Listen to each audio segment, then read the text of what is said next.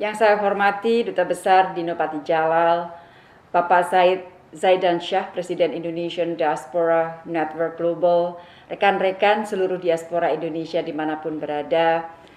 Assalamualaikum warahmatullahi wabarakatuh, salam sejahtera bagi kita semua. Teman-teman yang saya hormati, 3 hari lagi kita akan merayakan kemerdekaan Indonesia yang ke-76. Untuk yang kedua kali, kita akan merayakan dalam situasi pandemi. Kita tahu dunia belum pulih dari pandemi ini dan kita belum tahu kapan pandemi ini akan usai. Hampir semua negara menghadapi kenaikan kasus akibat varian Delta, termasuk yang sedang kita hadapi di Indonesia. Kita lihat, kasus dunia terus naik mencapai lebih dari 205 juta kasus. Pada tanggal 11 Agustus 2021, kasus harian global sudah melewati 700.000. Hampir naik 2 kali lipat dari bulan Juni yang berada di kisaran 300 sampai 400.000. Sebagai gambaran, puncak kasus harian global tertinggi terjadi pada April 2021, yaitu di angka 900.000. Artinya, angka posisi sekarang semakin mendekati angka puncak dari sisi angka kasus harian. Nah, demikian juga terjadi di angka kematian global. Jika di awal Juli angka kematian harian di kisaran 8.000, maka 11 Agustus angka kematian harian tembus 10.000. Puncak kasus kematian harian tertinggi terjadi pada tanggal 20 Januari 2021, yaitu di angka 17.504 kasus. Hal lain yang juga kita cermati dari pandemi ini adalah tingkat kesenjangan distribusi vaksin yang masih sangat lebar. Teman-teman, walaupun dunia telah mensuntikkan lebih dari 4,5 miliar vaksin, namun masih berpusat vaksinasi atau kepemilikan vaksinnya di negara-negara maju. Kita lihat data WHO, rata-rata 104 dosis vaksin diberikan per 100 orang di negara maju yang berarti melebihi jumlah populasinya, sementara 29 negara berpenghasilan rendah rata-rata hanya memiliki 2 dosis vaksin per 100 orang. Kita lihat kawasan Amerika Utara dan Eropa, vaksin yang diberikan mencapai 87,12% dan 91,21% dari jumlah penduduknya. Sementara di Afrika baru 5,46% dan ASEAN 27,97%. Jika ketimpangan ini terjadi teman-teman, terus terjadi, tidak diatasi, maka kita akan sulit membayangkan pandemi ini akan segera selesai. Dirjen WHO bahkan mengistilahkannya sebagai scandalous inequity atau catastrophic moral failure. Situasi ini diperburuk tentunya oleh politisasi vaksin. Rekan-rekan diaspora yang saya hormati, kita saksikan dunia tidak siap menghadapi pandemi dengan skala sebesar seperti saat ini. Tidak ada fasilitas kesehatan di negara manapun, termasuk negara maju, yang betul-betul siap menghadapi pandemi ini.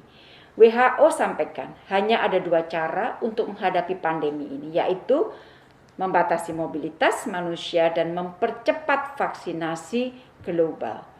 Terkait vaksinasi, WHO mentargetkan setidaknya 10% populasi setiap negara telah divaksinasi per September 2021, 40% per akhir 2021, dan 70% per pertengahan 2022. Dan untuk mencapai target ini diperlukan sebesar 11 miliar dosis vaksin. Nah, untuk Indonesia, kita juga melakukan pembatasan mobilitas melalui penerapan PPKM dan kita terus berupaya untuk mempercepat vaksinasi. Khusus percepatan vaksinasi, Sebagai informasi teman-teman, hingga saat ini Indonesia telah menyuntikkan lebih dari 80 juta dosis vaksin. Yang kalau kita hitung per satu dosisnya berarti setara 28,6% total populasi Indonesia. Dan Indonesia tercatat sebagai negara terbesar ke-10 yang telah menyuntikkan lebih dari 80 juta dosis vaksin. Tentunya diplomasi Indonesia bekerja day and night untuk mengamankan vaksin bagi rakyat Indonesia baik melalui jalur bilateral maupun jalur multilateral. Dan hingga 13 Agustus 2021 kita telah mengamankan dan menerima, jadi sekali lagi menerima dari titik penerimaan 185 juta dosis, baik dalam bentuk vaksin jadi maupun bentuk vaksin curah. Dan dalam situasi pasokan dunia yang langka tentu tidak mudah teman-teman untuk mengamankan pasokan vaksin bagi kita. Kita masih harus terus bekerja mengamankan pasokan ini hingga betul-betul dapat mencukupi kebutuhan masyarakat kita.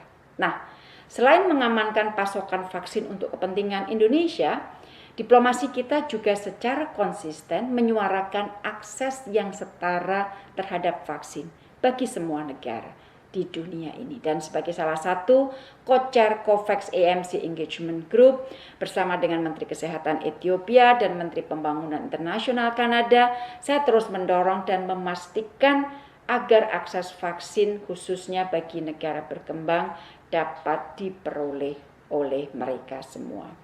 Teman-teman diaspora yang saya cintai, ada pelajaran penting yang kita dapat peroleh dari krisis kesehatan ini. Pertama, membangun solidaritas dan persatuan bangsa dalam menghadapi pandemi ini sangat penting artinya.